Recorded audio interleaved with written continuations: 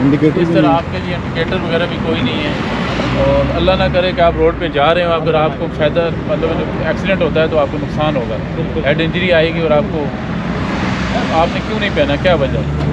ज़्यादातर घर में इस्तेमाल होते हैं ना, बाहर निकलता नहीं है। जब आप रोड पे जाएँ ना, हेलमेट बहुत ज़रूरी है, ठीक है?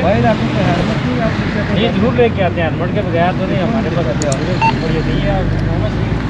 आपको मैं अपनी तरफ से पैसे देता हूँ, आप हेलमेट खरीद नहीं, लें। अल्हम्दुलिल्लाह है, हैं? अल्हम्दुलिल्लाह है, अच्छे वाला हेलमेट है। नहीं, अगर नहीं है तो मैं आपको अपनी जेब से नहीं, भेजता हूँ। अल्हम्दुलिल्लाह हमारे पास हेलमेट कितने है। का हेलमेट आता है? नहीं, हेलमेट है, जब है तो फिर उसको क्या, फिर आप क्यों नहीं पहनते? इमाम आप साहब ये सैयद हैं तो हेलमेट पहन लें, ठीक है? साइकिल पे अब आते हैं, हेलमेट तो जरूरी है ना। जी जी बिल्कुल जरूर। एक्सीडेंट हो जाए बंदा।